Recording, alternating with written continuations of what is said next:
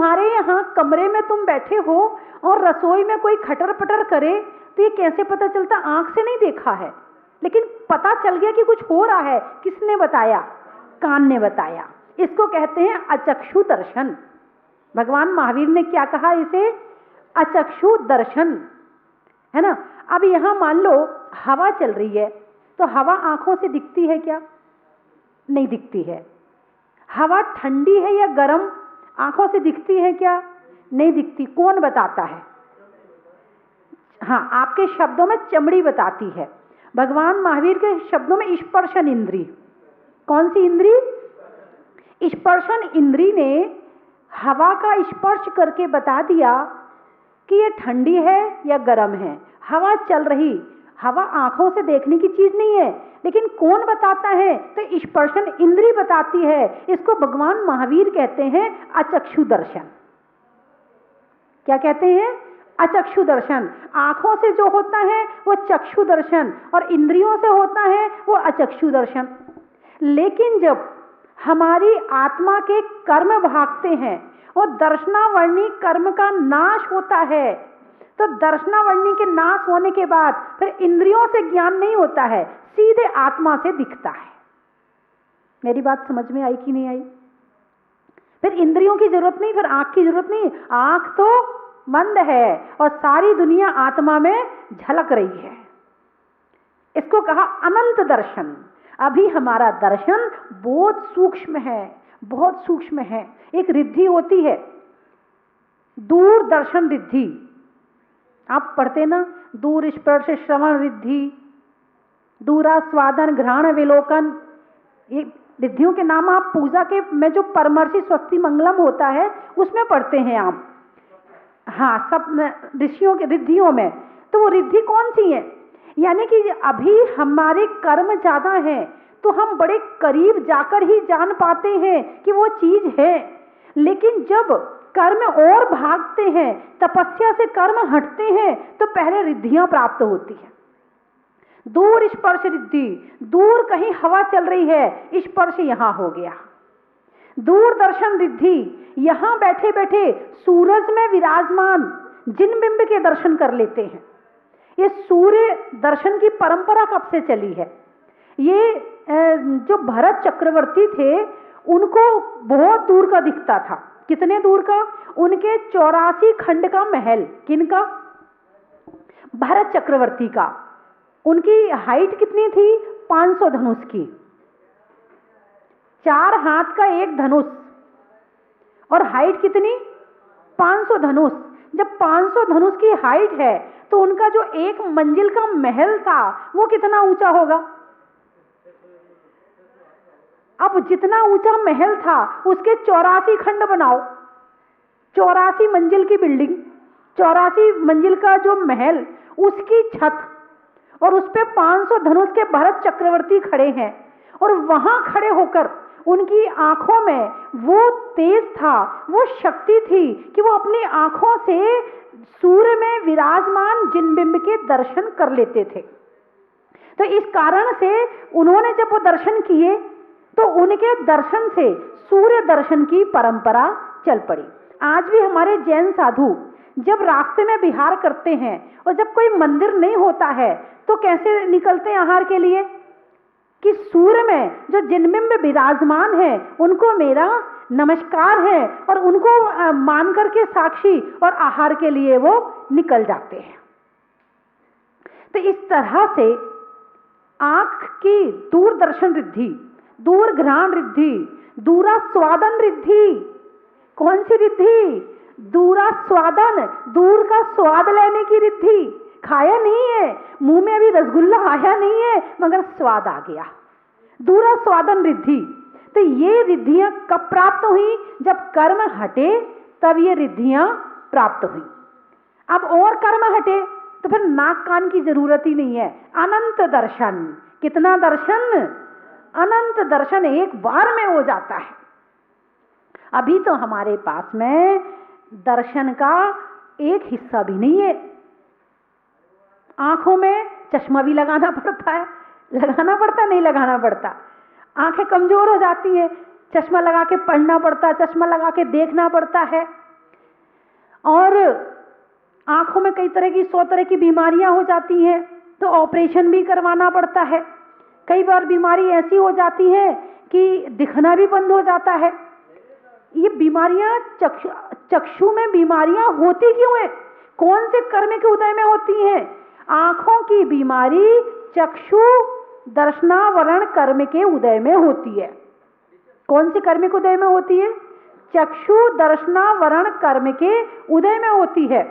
और यदि हम स्वाध्याय ज्यादा करें, भगवान के दर्शन करें, तीर्थों के दर्शन करें, तो हमारा चक्षु दर्शनावरण कर्म कम होता है। तपस्या करने से, त्याग करने से, व्रत करने से, मैं प्रैक्टिकल बता रही आपको। एक बार मैंने शायद उदाहरण आपको बताया भी था कि एक महाराज जी थे, उनको 16 नंबर का चश्मा लगा था। कितने नंबर का? 16 नंबर का।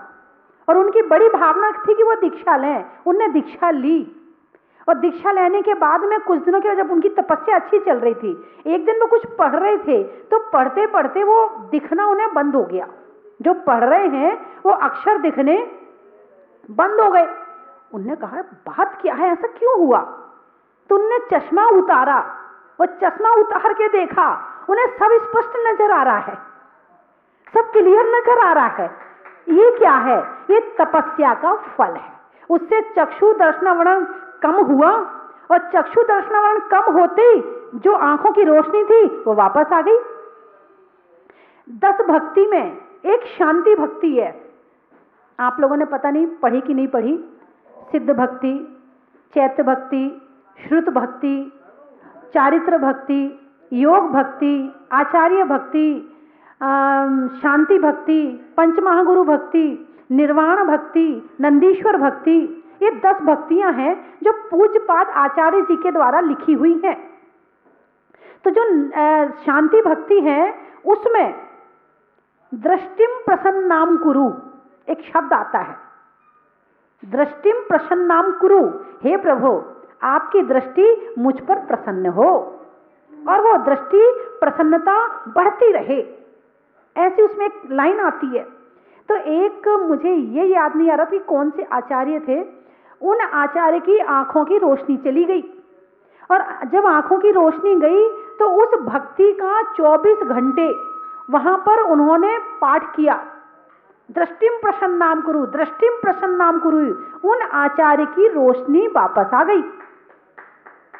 और आचार्य वर्धमान सागर जी के साथ भी शायद ऐसा ही हुआ था। अभी कुछ दिन पहले कोई व्यक्ति आए थे, उन्होंने मुझे बताया था। तो उनके साथ भी उन्होंने उनके लिए भी शांति भक्ति का ही पाठ किया और उन्होंने भी शांति भक्ति का पाठ किया। उससे क्या हुआ? चक्षु दर्शनावरण कम हुआ और आंखों की रोशनी वापस आ गई। तो चक्षु दर्शन, अचक्षु दर्शन, अवधि दर्शन, अवधि ज्ञान, अवधि दर्शन। जो अवधि ज्ञान में दर्शन होता है वो अवधि दर्शन कहलाता है। और केवल दर्शन, जो केवल ज्ञान में दर्शन होता है उसे केवल दर्शन बोलते हैं। तो दर्शन की बात आपको समझ में आई ना? इन आंखों से क्या क्या देखना है बताइए मुझे। आज छोटे छोटे बच्चों को चश्मा चढ़ रहा है, क्यों? क्योंकि आंखें मिली हैं, आंखों का सदुपयोग कम कर रहे हैं और आंखों का दुरुपयोग कम कर रहे हैं। आजकल ज्यादा से ज्यादा दूसरों की सुंदरता देखने में आंखों का दुरुपयोग किया जाता है। अरे वो बहुत सुंदर है, अरे बहू लाते हो, संसार की वस्तु कितनी सुंदर है, कितनी भी सुंदर हो, लेकिन उसका सुख कितनी देर के लिए है। आप अपने घर में बहू लेकर आओ, 2 बहुएं हैं, एक बहुत सुंदर है, इतनी सुंदर है कोई एक बार देखे तो देखता रह जाए, और एक बहू थोड़ी कम सुंदर है। लेकिन जो बहू सुंदर है वो ना तो ढंग से बात करती है, ना ढंग से बोलती है, दिन भर सजने संवरने में लगी रहती है, दिन भर अपने शरीर की सेवा में लगी रहती है। और जो बहू थोड़ी कम सुंदर है वो सुबह से तुम्हें चाय भी लाकर देती है, गरम गरम रोटी भी खिलाती है, प्यार से भी बात करती है। तो बताइए कौन सी बहू तुमको सुंदर लगेगी? अब बताइए मुझे, तुम्हारी आंखों को कौन सी बहू सुंदर लगेगी? दूसरी वाली सुंदर लगेगी। क्यों? क्योंकि चेहरे की सुंदरता थोड़ी देर के लिए होती है, मगर स्वभाव की, स्वभाव की, सेवा की सुंदरता हमेशा के लिए होती है और स्थायी होती है। कोई भी चीज कितनी भी सुंदर हो, सोना बहुत अच्छा लगता है, देखने में बड़ा अच्छा लगता है, तुम कान में पहनते हो और कोई तुम्हारे कान से वो खींच कर ले जाए, कान कट जाए, तो क्या वो सुंदर है? नहीं है। तो सुंदर की परिभाषा समझो कि सुंदर होता क्या है। जो आंखों को सुंदर लगे, वास्तव में जरूरी नहीं कि वो सुंदर हो। गुणों से भी सुंदर हो, ज्ञान से भी सुंदर हो, स्वभाव से भी सुंदरता हो, तो समझना पूर्णता है। और केवल आंखों में सुंदर लग रहा है तो समझना भी सुंदरता की पूर्णता नहीं है। तो अपने शरीर को सुंदर बनाने की अपेक्षा अपने स्वभाव को सुंदर बनाइए। अपने शरीर को सुंदर बनाने की अपेक्षा अपने ज्ञान को सुंदर बनाइए। अपना दिन भर शरीर सजाने की अपेक्षा अपने जीवन को सुंदर बनाइए, तो उसमें से खुशबू आएगी। तुम डियो डाल के खुशबूदार बनना चाहते हो, नहीं बन सकते हो। डियो की खुशबू कुछ देर के लिए है, पराधीन है, थोड़ी देर के लिए है, थोड़ी देर बाद वो डियो भी बदबू में बदल जाएगा। लेकिन स्वभाव अच्छा है और डियो नहीं भी लगाए हो फिर भी लोग पास में बिठाएंगे। कितना भी डियो लगा लो और स्वभाव अच्छा है तो लोग अपने पास में नहीं बिठाएंगे। और तुम जबरदस्ती जाके बैठोगे भी तो भी उसका मन कहेगा कब भागूं यहां से, कब भागूं यहां से। और स्वभाव अच्छा है और डियो नहीं भी लगाया है तो भी लगेगा नहीं, थोड़ी देर इसके पास बैठूं ना, थोड़ी इससे बातचीत करूं ना। इससे बातचीत करके मन बड़ा प्रसन्न होता है, इससे बातचीत करके मन अच्छा लगने लगता है। तो इस तरह से अपने जीवन को सुंदर बनाइए। जो आंखों को सुंदर लगे उसके पीछे मत भागो। जो अपने को अच्छा लगे, मन को अच्छा लगे, जीवन को अच्छा लगे, उसके पीछे भागो तो ये जीवन अच्छा बन जाएगा। जितना समय शरीर को सुंदर बनाने के लिए दे रहे हैं उतना समय अपने स्वभाव को सुंदर बनाने में दें, अपने ज्ञान को बढ़ाने में दें। जब मंदिर जाना हो तो महिलाओं को अलमारी के सामने खड़े होकर सोचती हैं कौन सी साड़ी पहनूं, बोलो ना, सोचती हो ना, है? जितनी देर साड़ी को पसंद करने में लगा रहे हो, जितना दिमाग उसमें लगा रहे हो, उतना दिमाग पूजा में लगाओ, उतना दिमाग माला में लगाओ, उतना दिमाग ध्यान में लगाओ, आत्मा सुंदर बन जाएगी।